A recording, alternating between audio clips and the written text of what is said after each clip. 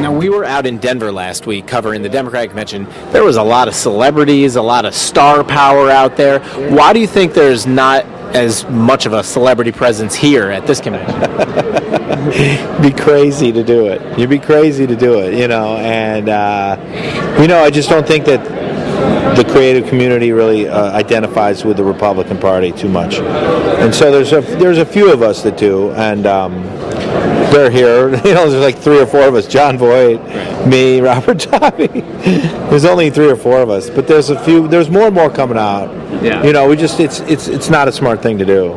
This is where it's at. This is the youth. This is the future. Exactly. What do you have to say to the youth, to the future? Why should they be involved? What should they? Oh man, this is a very, very important time, guys. And I went through. I'm an old man. No. And I look at you, young whippersnappers, and I have to say to you, be careful. Be careful about what's out there now. You've got a Hollywood. It's like a made-up Hollywood vision of a celebrity, of a political celebrity. Mm-hmm. This guy's got all the slickness given him by the Hollywood community and the Washington community. They're writing the words that they've researched, that they know will work with the American public. All of this stuff. Underneath it, find out what's underneath it. This guy will be very good at bringing in a socialist state to the United States. We're coming from the youth perspective. A lot of young people are supporting Barack Obama for, he's very personable and has really energized a lot of the young community. Yeah. Why do you think, or how do you think the McCain campaign can attract young voters? Well, I just think that honestly, McCain is, if you look at his record in the Senate, it's very tough you're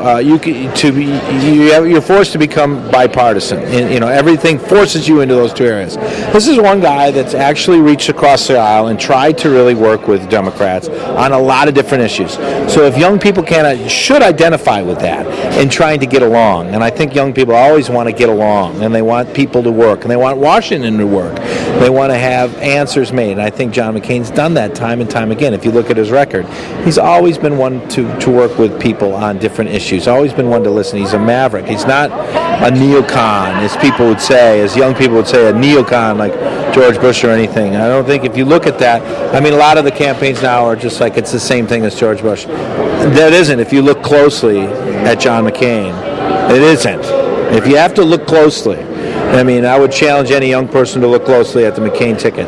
Obama says, well, I had a little drugs, I had a little thing, and the young people say, well, he's like us, he's cool. Right. I say, no, it's not so cool, guys. Look at his agenda. Look at the people he taught, who taught him, his mentors, Saul Alinsky, what their agenda is, and look at the United States of America, what it stands for, and protect it. You see, all these crazy people out there with signs, the anti-war people, they're giving them the front page. Don't accept it. Say, this is no good, fellas. Let's not give these disturbed people the front page.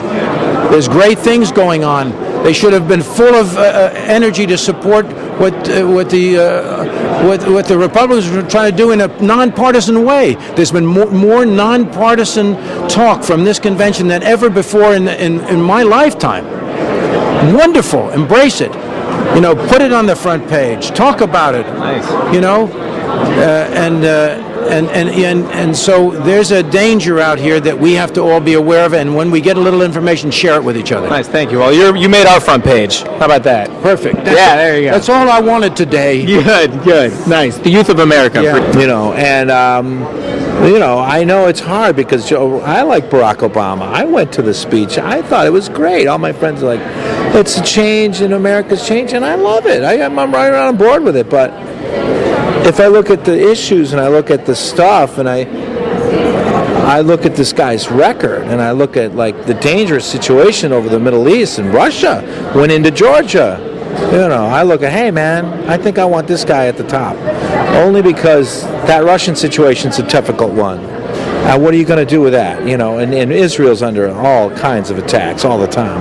Iran is a real situation. Tough stuff.